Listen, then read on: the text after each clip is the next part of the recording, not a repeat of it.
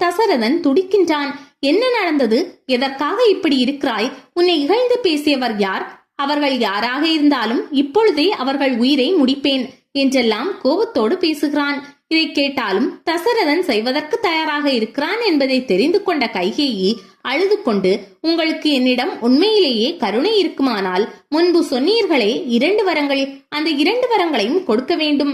பெரிய புராணத்தில் தலைமகனை அறுத்து தலைக்கரை சமைத்து தர வேண்டும் என்று சிவனடியார் கேட்பார்.